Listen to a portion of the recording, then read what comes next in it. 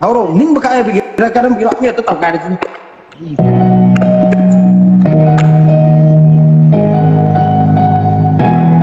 năng khang một sát sĩ khơi bài này sát sĩ khơi bài này khơi cái bị ngay ra khơi cái sát sĩ khơi cái gì khơi mình sát mình là khơi bài sát sĩ này profile mati ama pagi khơi bài ra cái ngandraba warido ningsinglanu nangna tirang sintaranu ima ngandraba warido ningsinglanu nangna awaban nungai bamalende kan haliba sinangni kuidat le matam senangna wajib ima ima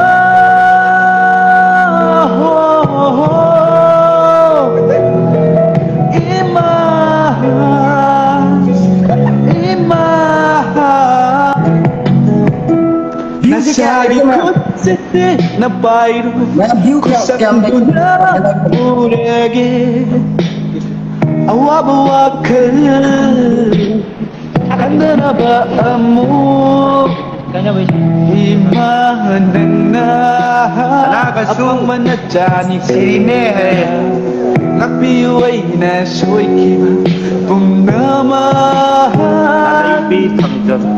imagi awa bakalayudaba nachagi irani kalage ngashita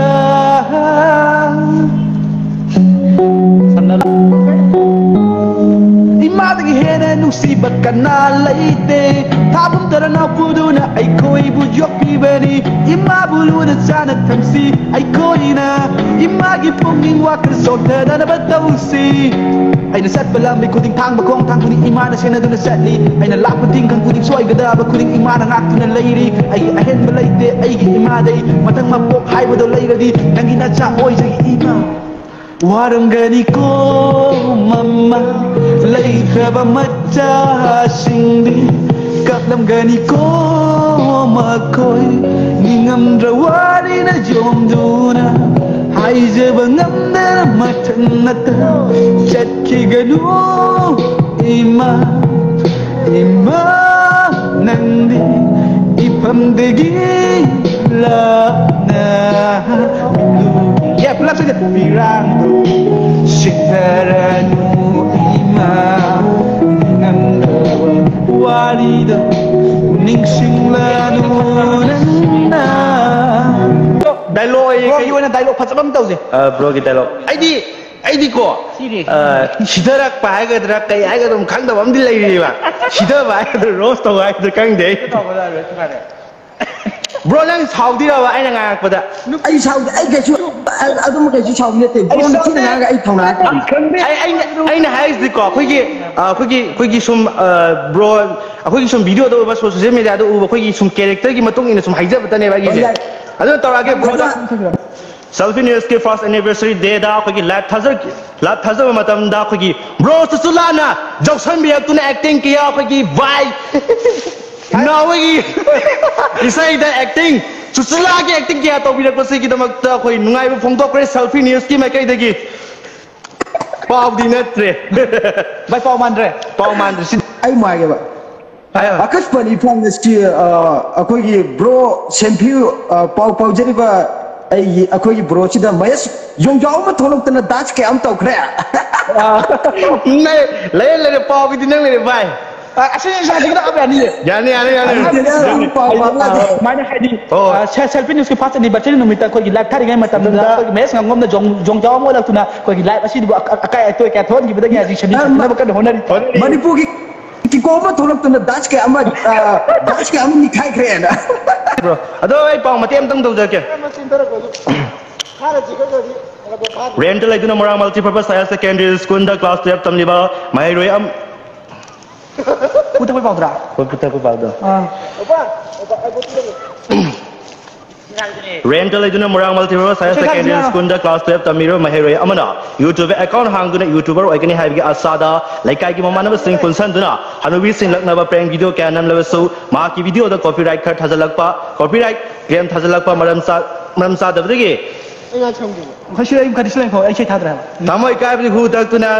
suicide ꯇꯧꯅꯕ ꯍꯣꯠꯅꯔꯝꯂꯦ ꯁꯣꯏꯔꯦ ꯏꯁꯩ ꯉꯥꯏꯖꯔꯤ ꯈꯖꯥꯏꯒꯤ ꯗꯤꯝꯄꯜꯗꯨꯒ ꯁꯝꯕ꯭ꯔꯨꯗꯨꯒ ꯃꯔꯧ ꯂꯩꯅ ꯅꯣꯛꯂꯛꯄ ꯉꯥꯎꯕ ꯑꯩꯗꯤ ꯉꯥꯎꯔꯦ ꯔꯥꯁꯤ ꯂꯩꯕꯤ ꯀꯨꯆꯨꯅ ꯉꯥꯡꯂꯛ ꯇꯧꯕ ꯁꯝꯂꯥꯡꯗꯣ ꯍꯥꯏꯒꯠꯅ ꯁꯥꯛꯅ ꯌꯦꯡꯂꯛꯄ ꯉꯥꯎꯕ ꯑꯩꯗꯤ ꯉꯥꯎꯔꯦ ꯑꯩꯗꯤ ꯉꯥꯎꯔꯦ ꯁꯨꯝꯃꯠꯄꯤ ꯅꯪꯒꯤ ꯅꯇꯧꯗ ꯑꯩꯗꯤ ꯉꯥꯎꯔꯦ ꯄꯛꯆꯕꯤ ꯅꯪꯒꯤ ꯅꯇꯧꯗ ꯅꯣꯏ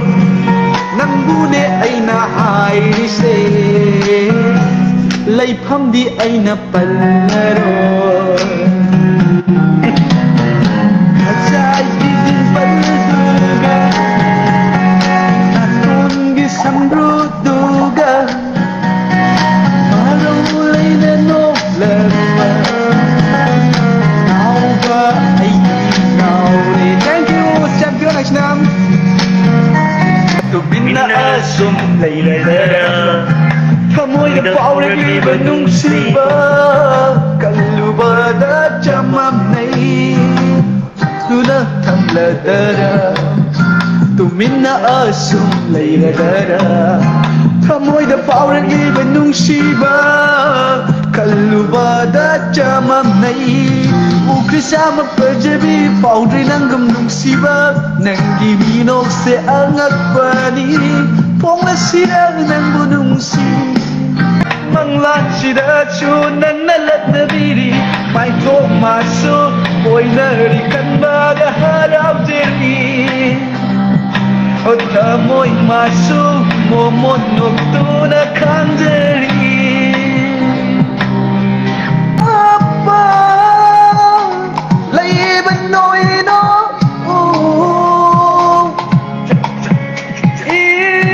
Sẽ chạy ôm Ipa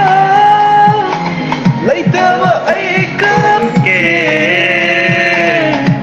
yeah nuôi na no pauraga ay suka patoke nuôi na no pauraga ay suka patoke he ma po biyo yon po ayigi like ayigi unsing he ma po Yoy mapo ayigi live but me ayigi concert ayigi bro bro isay ma tawje du reaction tawje otay dai bro na ama bro gi bro na video reaction taw kadam isala kadam ko yay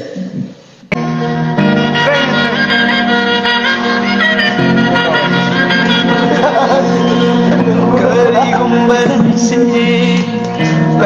lam drawa nangsi aigi laibata hukhallaroy kanana su undo pare len khani punsi se naito karigumba Tam lam trabayagi laibata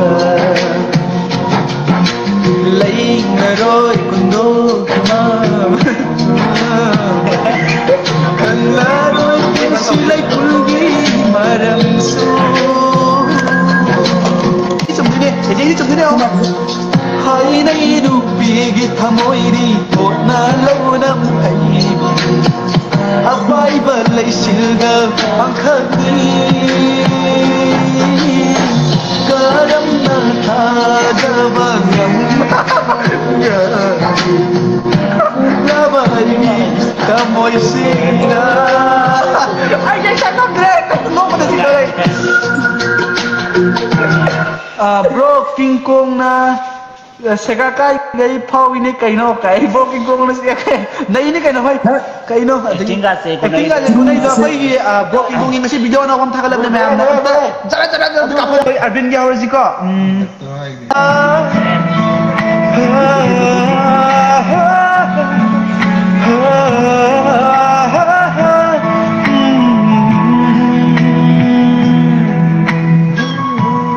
live yang video ba thamoy kai ba chinaw sunda dedicate taw sige romance con support koi gi video reaction taw ba koi gi romance ki jo mayam na mai khala ga video ni share taw video mo nangi punsida yetanaba sikro haibara ai ha se anan ba ga nangi punsida yetanaba kai sona khala taw sikro haibara ai ha se hori tara me thai gre ngamgani aidi sirabasu me khai ro pengani hairadi thamoi tu gai ro siba sekanya pada irang abang soiba nairaro tahu nung siba sekanya pada kapo bai sini kapo irang abang loiba nairaro kapo bai pena kapo thamoi sama kapo kapo bai ni ai saya sakit kerja kapio bai ni kapio bai ni ai nak kena ai na background music kerja kat thamoi bai kapo nak tu sore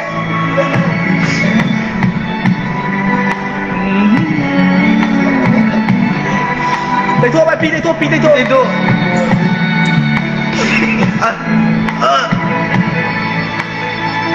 Ira leitra thamoi se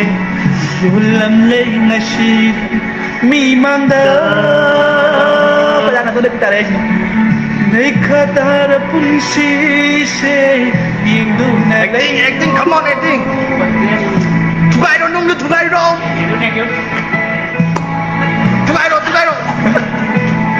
pi tay to kapot pi tay to Yulam lei nasib mi manda Lei khatar punsi se Yindu na layo Nanginung si wakala Ngau sana bro thugai ro bro Nopangam moy bro koki to Irang sitabag loiba Nopangam matamoy do Irang sitabag loiba Matang isay sundage Matang di Mayam hadi matang mamada mayam na yang panagi ba koy gi kari sa pilang mo kari ba to bro nasagi sakdo sang yang ning ta ga sik pale na pon ta nasagi tu sakdo yang ning ta ne ma di sem ta live ta dudi ima sakdo ima sem chalo se pamda nusibagi sem na imana ai nusibagi koi mama da singer ne ba ga ma mama da ai nusibagi sem chalo se ibu tawa hilang wento maka tabiyo na saning ba dilata alawa koi mama isay ni waga sabaya tare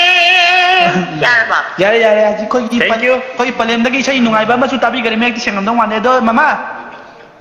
Dada gi pon dagi kaino lato ni yewa isay kana sa ngasi itaw gi ngasi magi channel gi ngasi anniversary ne ba ko ai se ai isay ngata ma okay som da pakhang oirasu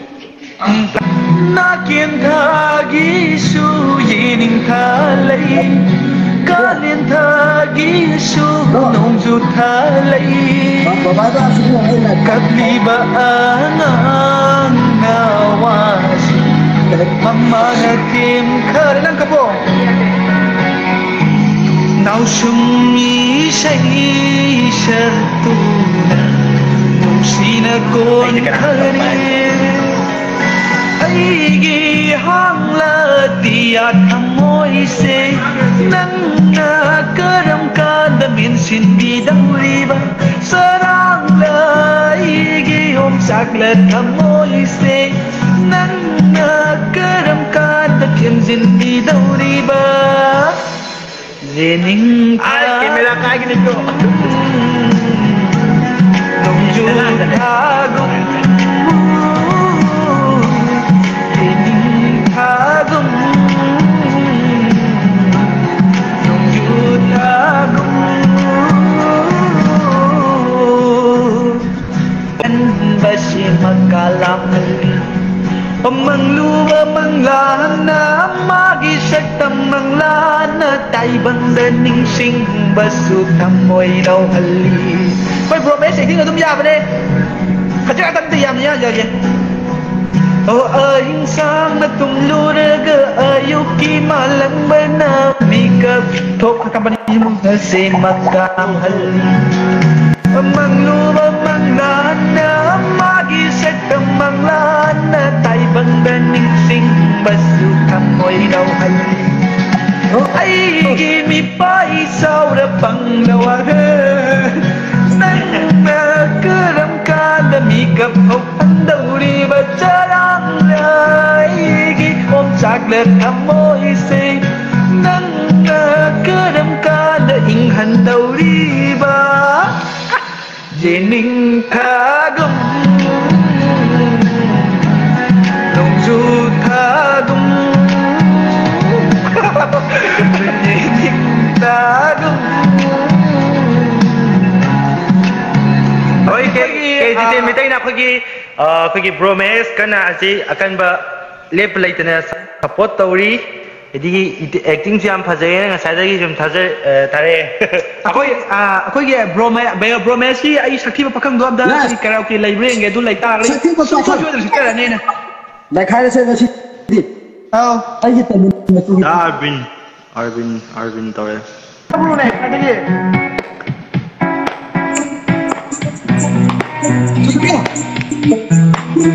last play ini ko ai bang khandi pukning gin siba Hôm pal thot na chimba sina pung do bangam di pung do tana nung siba Om sakna halit thơ môi se hai phẩm khăn đê na Huynh đi nung siba Om pal thot na chimba sina pung do bangam di Come on Luffy Pung do tana nung siba Om sakna halit thơ môi se hai phẩm khăn đê na Matang di koi ki bro je red color putih le tu bu sangba na ba siro jama taro dong ni sangba na ba siro gi sing sangda nai koi promise nai re Sig na pong gan bi acting jam hai ko hai Tanu na eating jam hai Sangba na ba siro gi sing sangda Bro se maming kay kauge Visual na YouTube channel SB Now na pong gan bi YouTube channel SB Now ay gina selfie niyo Lai sat dam le nga siri o ay gita mo Big lai fan, ko bro, ma'am. Thank you. Lai kapan na sa lari o ay gita mo lai ko su o lai kapan na sa lari 1, 2, 3, go! Hai bang khang de phục ninh siba Hôm mà pal thuốc na chim ba xin na buông độc bằng âm đi Ô buông độc ta ba nung siba Om sắc na halit thơ môi se ยังไงเลยเย่มาทั้งดีก็ยิ่งซิงเกิลแค่นั้นไปเลย Hi bro Max acting with Max Tung dah ye slow motion. Oh, kita mungkin. Tol ke nampai riba, oliri humba malamba, aigi thamoi yawa se. 1, 2, 3 go. Tol ke nampai riba, oliri humba malamba. Aigi thamoi yawase Saya nama orang lama pada bene. Acting nama lama. Mapamda Nusi magi Kalau kena thabi apa message ni? Otam diu ko malang benang na. Otam Romance kay Lamday no. malang benang na. Otam diu ko malang benang na. Tapi ko malang benang 1, 2, 3 go. Hai bang kande bukning siba. Mapagtok na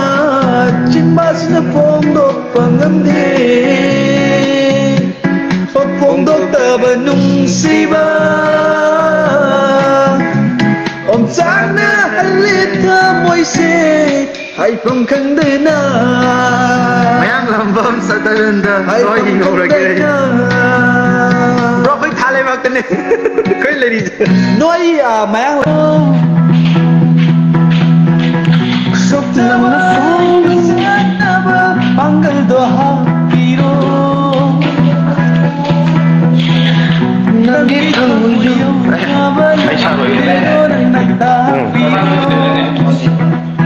Kalian, nanti sekali je ni.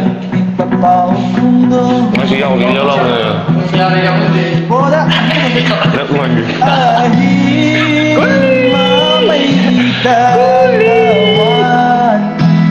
Saya cakap kulit dah saja. Mai saya lagi. Môi bao đam mê và nghịch lại mà xa cả làm Kan mai saya saja. lại giờ có ta đi mà mi đô môi kỳ hoa hắn mê hắn ninh bao hoa hắn là ta na ôn đi phong ninh mặt bao phương su cái nhớ mình xa lắm Bro, itu aja hal matang pula je. Bro, itu aja matang pula je. Ay, tak ada kau yang nak.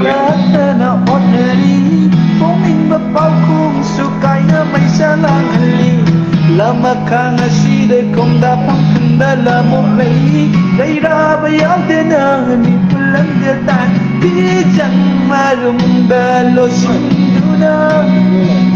Ang lamban shiba karong Abang hau kalay bay hulamadan Losin bay pajabado Mami syam kering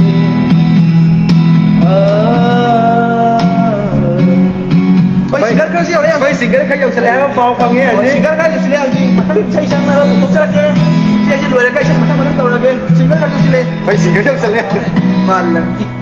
xây bằng lâu đâu cái xây gì có gì đâu anh đâu có làm không có gì đâu rồi nó cũng là cái cam cho nó cũng được ai đâu lên ai cũng ta đâu để xe nó còn sila cái mo phải xịt cái Malang sa hunsungan ko kay ko mo hindi tabalam hindi do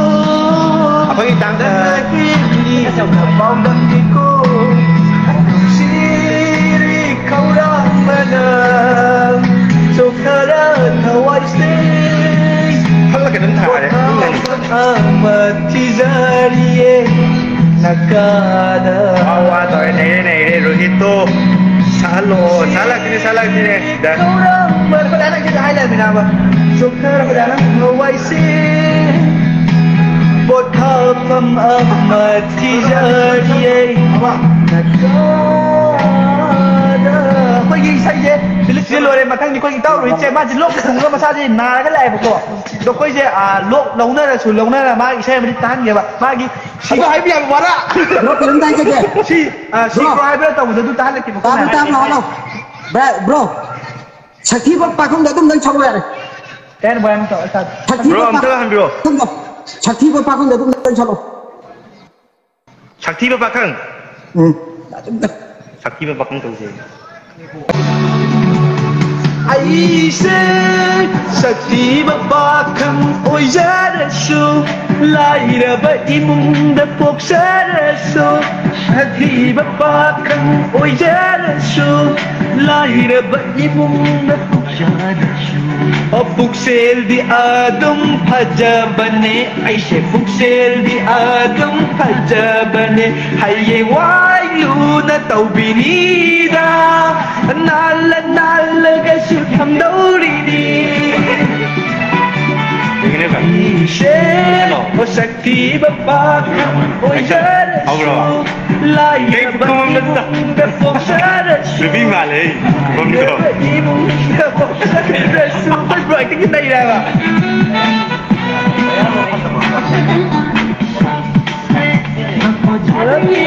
Sini padre, pai. Aduh Nanggi punsida Sikro Darbilai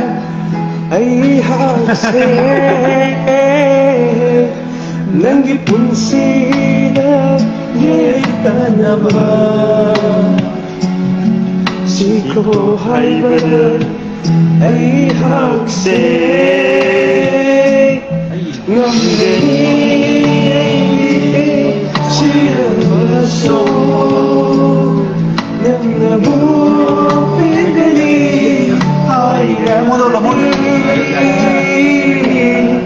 Nungsiba pada pirang di sintaba loi bangairo Nungsiba nungkile no pada pirang di sintaba loi bangairo Bây bro em sẽ cứ như này anh ơi không mấy cái này mà sao được đâu bây tao dè mà con nhắc mà nhưng mà xin mà lâu thùng mấy cỏ sẽ gì lọc không được mà betul ke nanti orang itu tinggal di situ loi benayo lo Rohim nak jawab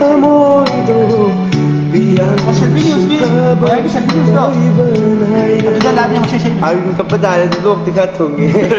Arvin loob tungi begini kok. Ada satu pak.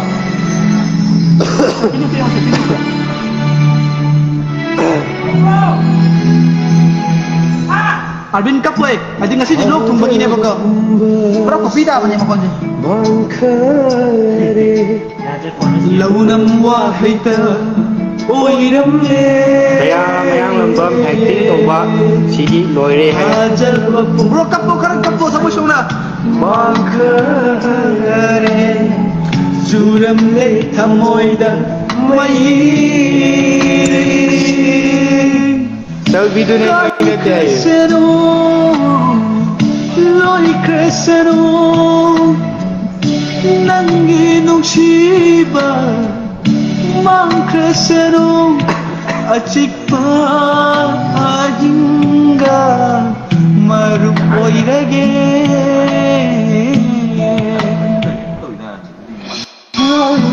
na na na na na na na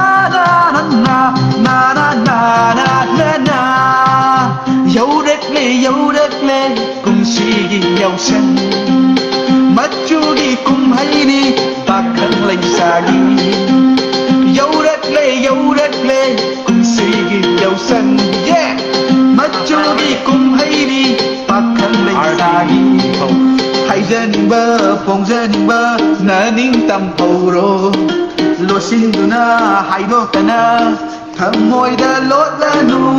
ꯂꯝꯕꯤꯗꯒ ꯁꯣꯔꯣꯛꯇꯒ ꯑꯩꯈꯣꯏꯕꯨ ꯉꯥꯏꯔꯝꯃꯨ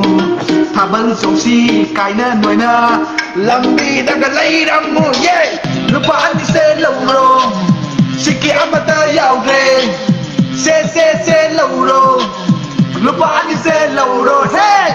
lupa ani se lauro hey sai kutamo lupa ani dun jadi ahum apa ka mga po ng pisi tamo tamo kayo matang tauri ka dun dalu kadam taw gani kulit kau ka tamu tunok ibema dari soda piramo jazz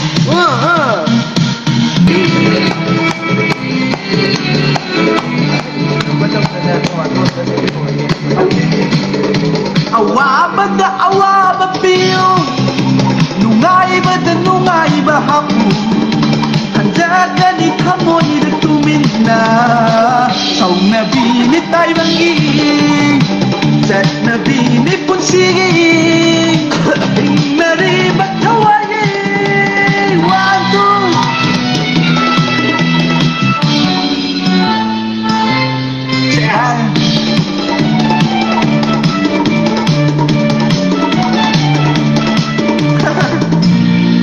xin mà khác đây phải gì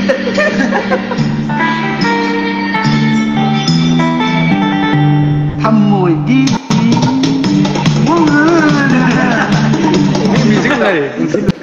yang kuya kau kini boy bandolong dunang yang kuya kau kini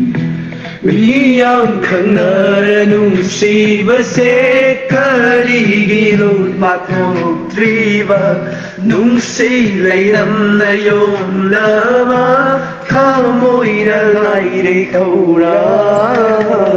bro lona yenze mundok sebangam na wana kanzi insilu batau